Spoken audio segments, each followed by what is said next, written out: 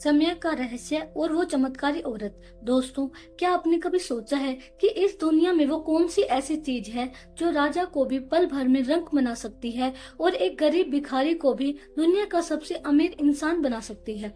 वो एक ऐसी चीज है जो अगर एक बार हाथ से निकल जाए तो दुनिया की सारी दौलत देकर भी आप उसे एक सेकंड के लिए भी वापस नहीं खरीद सकते। जी हाँ, हम बात कर रही हैं समय की। आज की यह कहानी एक ऐसे नौजवान की है जिसका नाम करण था। करण बहुत ही होनहार और बुद्धिमान था, लेकिन उसके भीतर एक बहुत ही बुरी आदत थी।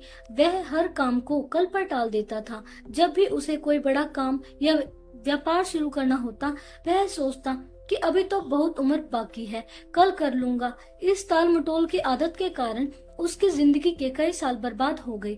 वह धीरे धीरे गरीब होता गया। उसके दोस्त आगे निकल गए और वह वहीं का वहीं रह गया। वह हमेशा अपनी किस्मत को दोष देता था कि भगवान उसे लाइफ में कभी कोई बड़ा मौका नहीं देते। एक दिन अपनी इस नाकामी से परेशान होकर वह जंगल में रहने वाले एक बहुत ही पहुंचे हुए गुरु जी के पास गया और बोला, गुरुदेव, मैं बहुत मेहनत करता हूँ, लेकिन भगवान मुझे लाइफ में कभी कोई बड़ा चांस ही नहीं देते। मेरी किस्मत में कभी कोई बड़ा अच्छा मौका आता ही नहीं है। मैं क्या करूँ? गुरु जी ने करण की बात सुनी और मुस्कुराए। उन्होंने कहा, पुत्र, भगवान हर इंसान को उसकी जिंदगी में बड़े मौके देते हैं, लेकिन लोग उसे पहचान नहीं पाते। चलो, आज मैं तुम्हें मौके और समय का साक्षात रूप दिखाता हूँ। गुरु जी ने अपने कमंडल से थोड़ा सा जल निकाला और करण की आंखों पर छिड़क दिया।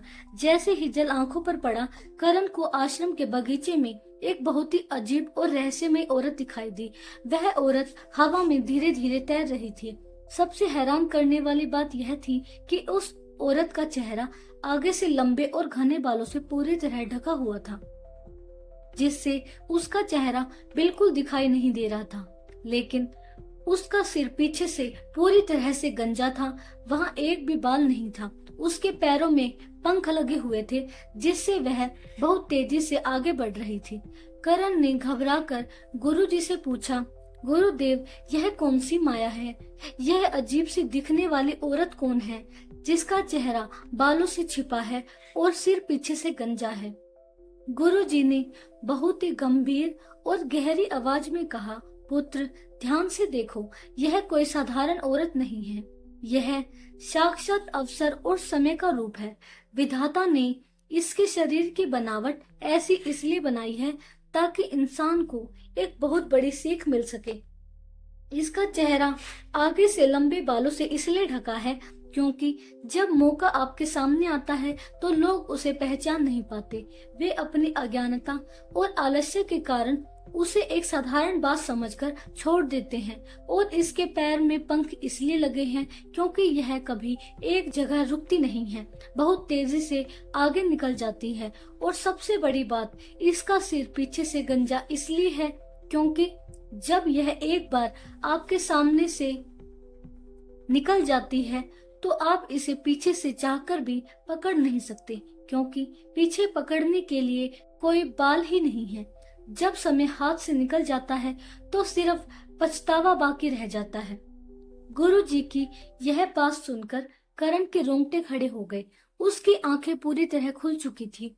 गुरु जी ने उसके कंधे पर हाथ रखा और कहा, पुत्र, तुम जो हमेशा शिकायत करते हो कि भगवान ने तुम्हें मौका नहीं दिया, वो तुम्हारी भूल है। ईश्वर ने तुम्हें हर रोज 24 घंटे का एक नया मौका दिया है, लेकिन तुम अपने आलस्य के कारण उस मौके का चेहरा देख नहीं पाते। और जब वह समय पंख लगाकर उड़ जाता है तो तुम पीछे से हाथ मलते रह जाते हो। याद रखो, समय और अवसर किसी का इंतजार नहीं करते।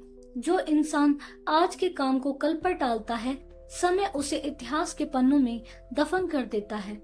आज से ही अपने सपनों के लिए लड़ना शुरू करो। करण ने गुरु जी के पैर छुए। उसका आलस्य पल भर में गायब हो गया। वह समझ गया कि दुनिया का सबसे बड़ा धन उसका समय ही है। वह उसी दिन से मेहनत में जुट गया और उसने कभी किसी काम को कल पर नहीं टाला। देखते ही देखते उसने अपनी मेहनत से एक बहुत बड़ा मुकाम हासिल कर लिया। तो दोस्तों, विचारवाणी हिंदी के इस जबरदस्त प्रसंग से हमें यही सीख मिलती है कि कल कभी नहीं आता। जो कुछ भी करना है उसकी शुरुआत आज और अभी से करनी होगी।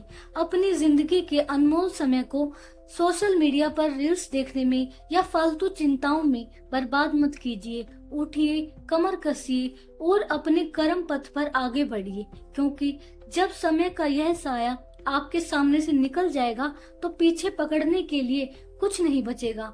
कमेंट बॉक्स में जय श्री कृष्ण या हर हर महादेव लिखकर आज से ही अपने समय की कीमत समझने का संकल्प लें।